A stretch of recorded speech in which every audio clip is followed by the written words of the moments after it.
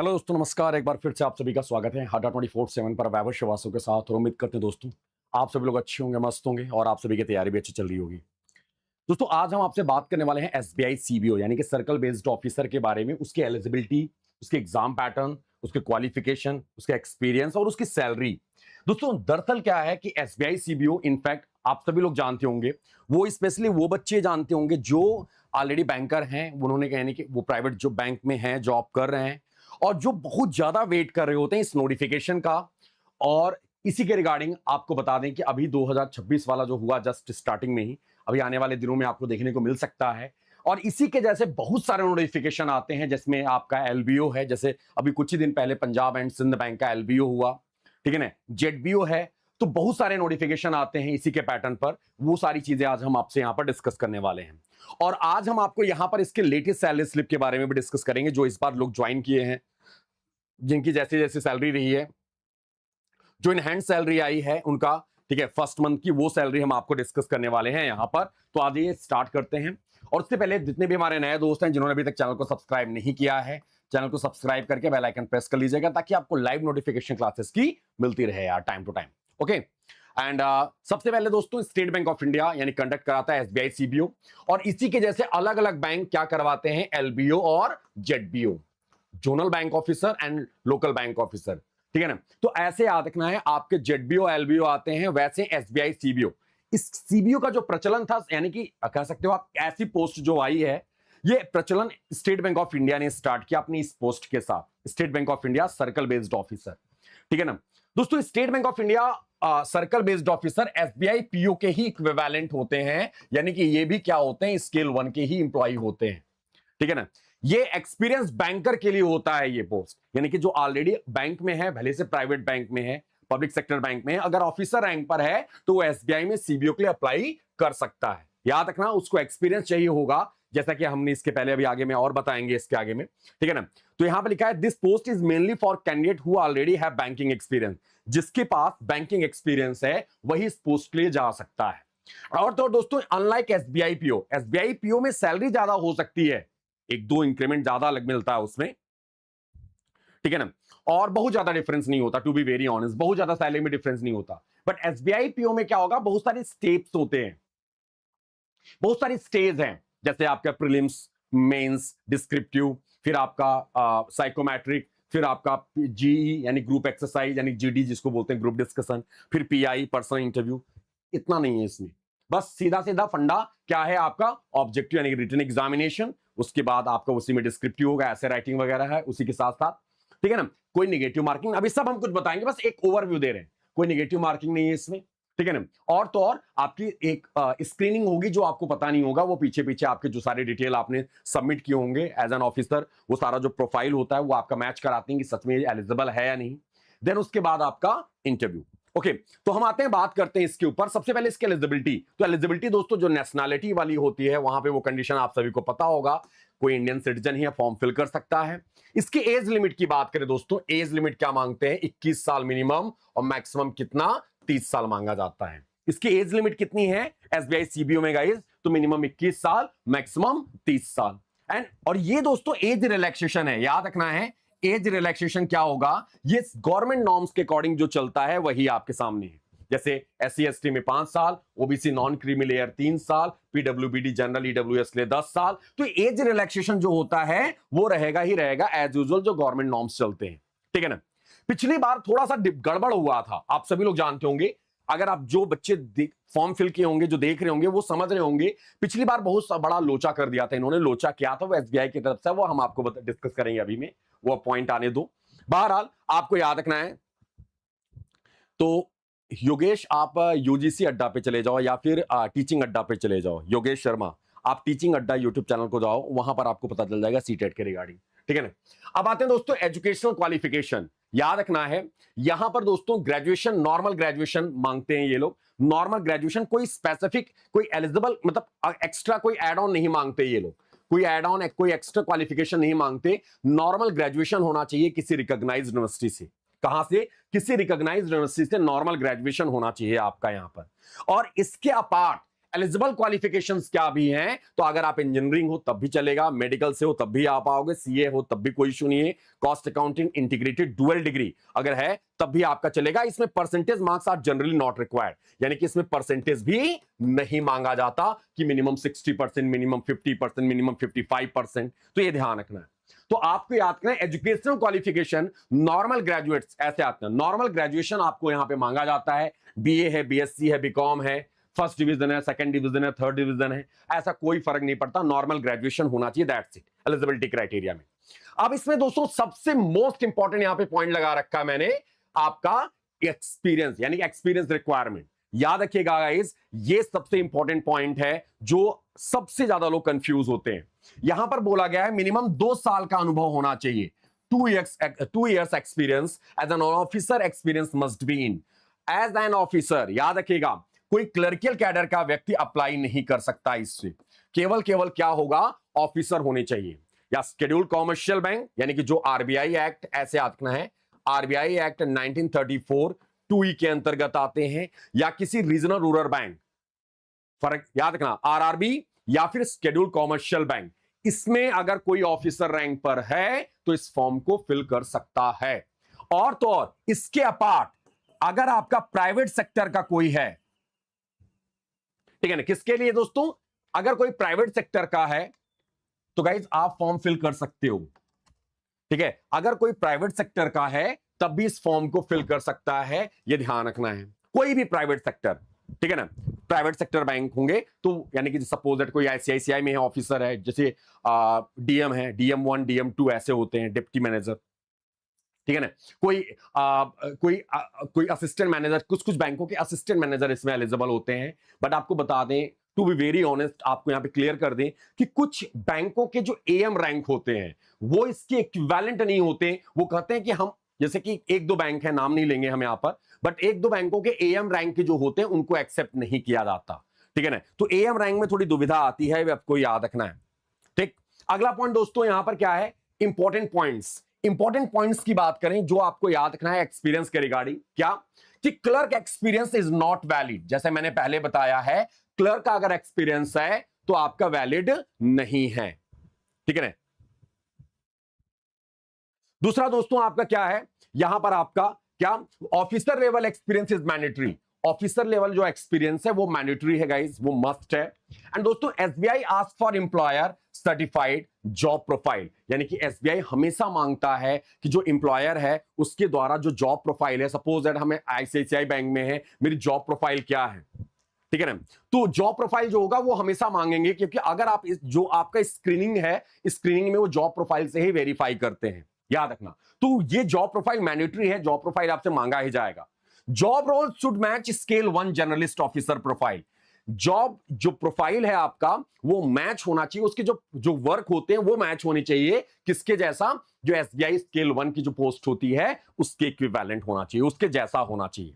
मेरी बात समझ में आ रही है, उन्हीं के जैसा काम हो, जो वो काम करते हैं वैसा काम हो, भले से सैलरी मैटर नहीं करता, बट बशर्ते उसकी प्रोफाइल, उसके वर्क जो है, उसके जो रिस्पॉन्सिबिलिटीज हैं वैसे हो, तब आप एलिजिबल हो, अदरवाइज वहां पर वो दिक्कत देते हैं, ये ध्यान रखना है। Supriya I am not sure, आप एक बार चेक कर लेना, ठीक है ना।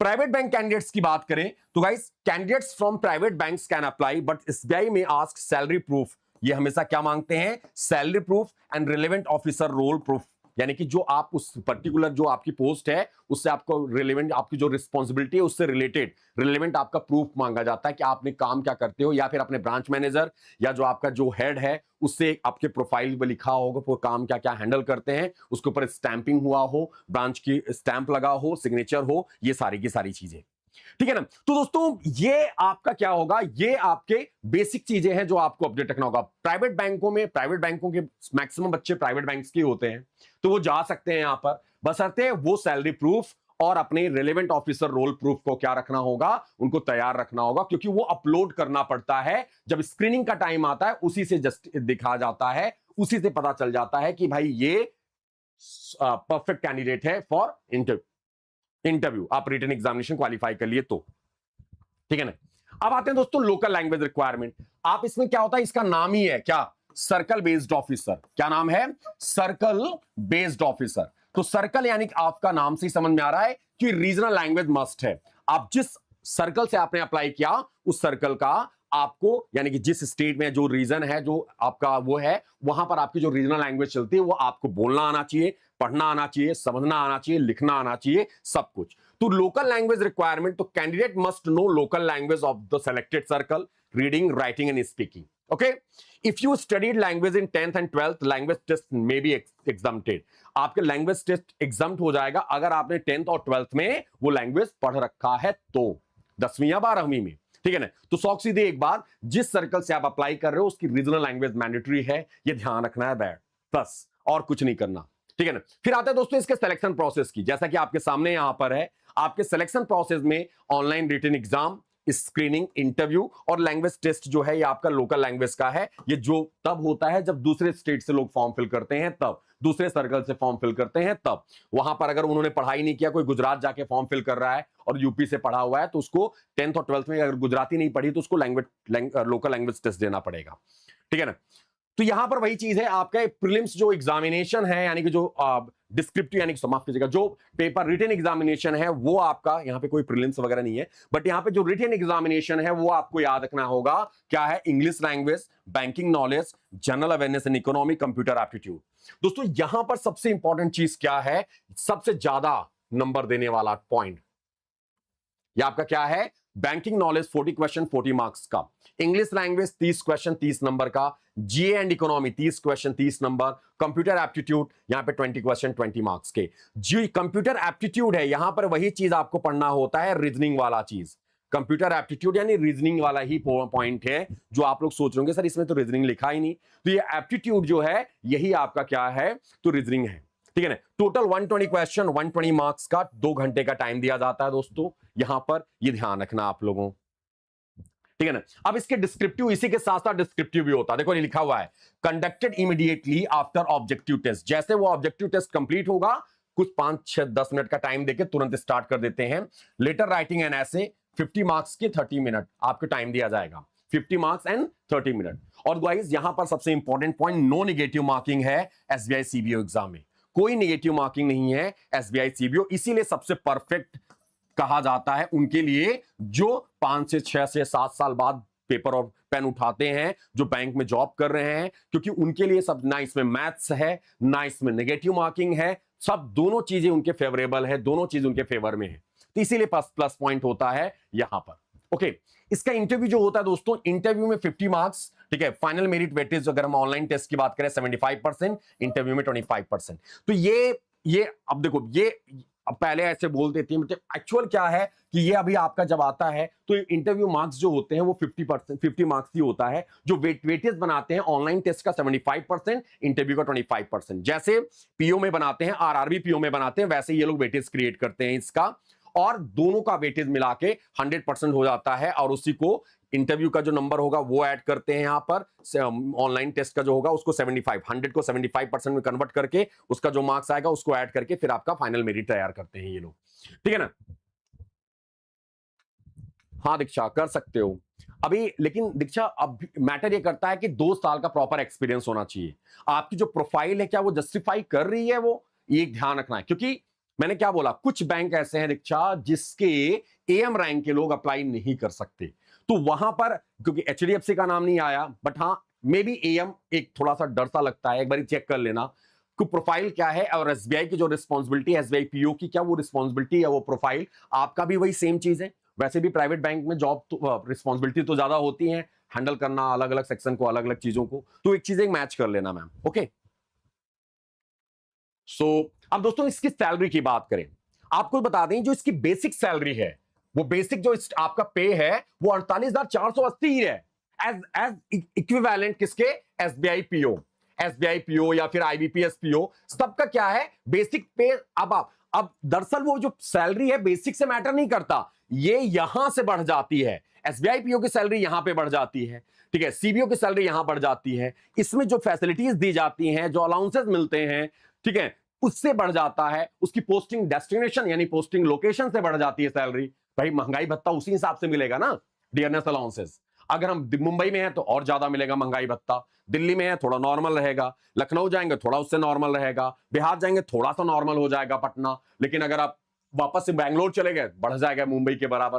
तो वो वाला चीज हो जाता है टीयर 1, टीयर 2, टीयर 3 टाइप ऐसा, ठीक है ना। तो वो मैटर करता है यहां पर। अब एक्चुअल सैलरी की बात करें जो आपके सामने है, ये लेटेस्ट सैलरी है। आपको बता दें ये लेटेस्ट सैलरी है, आप ऐसे कह लो कि फरवरी मार्च का, ठीक है ना। मैंने यहां पे सब कुछ कवर कर रखा है। और आराध्या आई डोंट नो, हम भी वेट ही कर रहे हैं मैम, ठीक है। हम तो खुद ही चाह रहे हैं रिजल्ट। अभी एक्चुअली स्क्रीनिंग चल रहा है, ये पता चला कि स्क्रीनिंग चल रही थी।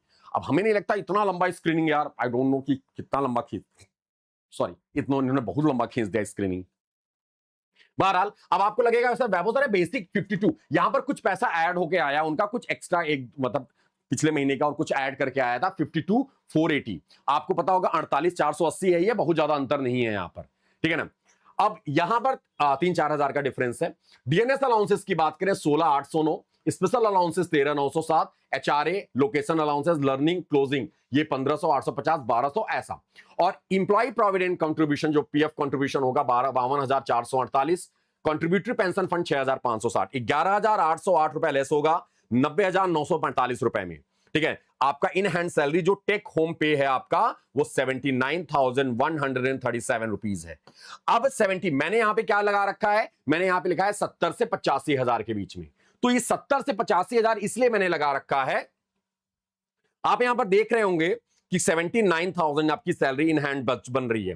तो यहां पर आपका 79,000 है, तो आप इसको मान लो अब ये सिटी टू सिटी वेरी कर जाता है, अप एंड डाउन हो जाता है। और वो जो सैलरी है वो वाराणसी की सैलरी है, बनारस की सैलरी है जो आपके सामने आपको दिख रहा है। हाँ exactly Mihir, CBO for experienced candidate, ठीक है ना। तो ये 79,000 के अप्रॉक्स है, ये आप देख सकते हो। और अच्छी खासी सैलरी, देखो ये वेरी कर जाता है, हम पहले भी बोल रहे हैं कि आपका ये 80 के ऊपर भी जा सकता है, बहुत ज्यादा अंतर नहीं है, 1,000 का डिफरेंस है 80-85 में, मतलब 80 और 75 टू 80 के बीच में आपकी सैलरी रहेगी, घूम फिर के ऐसे ही रहता है। तो ये आपका, क्योंकि आपका जो बेसिक यहां पर है थोड़ा सा उनका ज्यादा हो गया बेसिक, क्योंकि उन्होंने कुछ और ऐड हुआ था, उनका एरियर ऐड हुआ था, ठीक है ना। तो ये याद रखना यहां पर अच्छी खासी सैलरी है, बिल्कुल इक्विवेलेंट है एसबीआई पीओ के, क्योंकि स्केल वो भी 1 होते हैं, ये भी स्केल 1 ही होते हैं, ठीक है ना डियर, ये ध्यान रखना आप लोगों ने। आपको बता दें यहां पर सबसे ज्यादा वेटेज रखने वाला सब्जेक्ट कोई है तो वो है आपका कौन सा, तो गाइज वो है आपका banking knowledge, banking knowledge and general awareness. ये 70 नंबर है, 70 नंबर अकेले में बहुत ज्यादा वेटेज रखता है दोस्तों। बैंकिंग नॉलेज ये वाला जो पोर्शन है, प्रॉपर बैंकिंग अवेयरनेस, सब कुछ बैंकिंग अवेयरनेस वाला था, जैसे कि हम लोग ने इस बार भी अपडेट किया था। और जनरल अवेयरनेस में इसमें आपके करंट अफेयर्स एंड ऑल ये सारी चीजें मिलती हैं, तो ये आप देख सकते हो, यहां पर आपको हेल्प करेगा ये, ठीक है ना। तो आपको यहां पर ये ध्यान रखना है, क्या क्लियर है गाइस। तो ये आपकी जो सैलरी है ये अप्रॉक्स 90,000 डिडक्शन हो जाएगा 10,000 के, सीधा सीधा 10-11 हजार का, क्योंकि ये चीजें आपको जाएंगी ही जाएंगी। अब इसमें पोस्टिंग और ट्रांसफर पॉलिसी की बात करते हैं दोस्तों, मोस्टली होम सर्कल मिलता है पोस्टिंग प्रेफरेंस, जहां पर आप होम सर्कल मिंटू से जो सर्कल आप चूज करते हो, जहां से आप अप्लाई करते हो। Transfer chances are lower compare to SBI PO. अब इसका क्या होगा ट्रांसफर चांसेस, क्योंकि 10 साल उसी सर्कल में होंगे ये, तो ऑफकोर्स ये बात है पीओ की तुलना में कम ट्रांसफर होते हैं इनके। Good option for experience banker wanting stability, अगर वो स्थिरता चाहते हैं, जो बैंकर हैं ऑलरेडी बैंक में जॉब कर रहे हैं, तो उनके लिए सबसे सुटेबल पोस्ट है एसबीआई सीबीओ। क्यों? क्योंकि पॉजिटिव साइन क्या है, नो नेगेटिव मार्किंग, पहला चीज जो हम लोग जिस चीज से डरते हैं, नो नेगेटिव। दूसरा, नो मैथ्स, ठीक है, बहुत सारे कैंडिडेट हमसे बोलते हैं कि सर हम इसलिए अप्लाई करते हैं, इसलिए इसका वेट करते हैं क्योंकि मैथ नहीं है। तीसरा चीज क्या है, सेम, ठीक है ना, सेम सर्कल कितने साल तक, अप्रॉक्स 10 इयर्स तक उसी सर्कल में आपको घुमाते रहेंगे, एक सर्कल है उसी सर्कल में आप घूमते रहोगे, बाहर जाने का चांस ही नहीं है। तो ये पॉजिटिव साइन है ये आपका इसमें। और इसमें सबसे बड़ी चीज स्टेबिलिटी, यानी कि आपका सबसे पॉजिटिव साइन क्या है, स्टेबिलिटी, प्राइवेट बैंकों की तुलना में स्थिरता। तो ये पॉजिटिव चीज है, ये अच्छी बात है, आप एसबीआई सीबीओ के लिए जा सकते हो दोस्तों। ओह, ये आपका बैच है एसबीआई सीबीओ का, अभी हम बैच आ गया है आपका, ये आपका जो लाइव बैच है ये स्टार्ट होने जा रहा है 29 मई से, मे भी थोड़ा आगे पीछे हो तो आप इसको इनरोल करा सकते हो इस कोड के साथ, क्योंकि इसमें आपकी फाइनेंशियल अवेयरनेस और बैंकिंग अवेयरनेस की क्लासेस जानी स्टार्ट हो जाएंगी, ठीक है ना। तो अभी मेरे से पूछ भी रहे थे कि सर आपकी क्लासेस कब से लगानी है, तो हम आई थिंक इसी बैच के रिगार्डिंग था, तो अभी मैंने उनको सीट नहीं दिया है, पूरा स्टडी प्लान नहीं दिया, बट जल्दी ही शेयर करेंगे उनको, ठीक है ना। एंड आप सभी लोग जो लोग हैं जो अभी आगे वाले दिनों में एग्जाम देना चाह रहे हैं, तो अभी देख सकते हैं, उनके पास टाइम है, इनरोल करा सकते हैं। आपके लिए बेहतर होगा, बेहतर ऑप्शन होगा, ताकि एग्जाम से पहले आपका प्रिपेयर हो जाए, सारा चीज कंप्लीट हो जाए। और ये बैच जो है वो आपके एलबीओ और जेडबीओ में भी हेल्प करेगा आपको। Okay, thank you guys, bye bye, ढेर सारा प्यार आप सभी को, और हम लोग फिर से मिलेंगे नए अपडेट के साथ। तब तक के लिए महादेव, राधे राधे।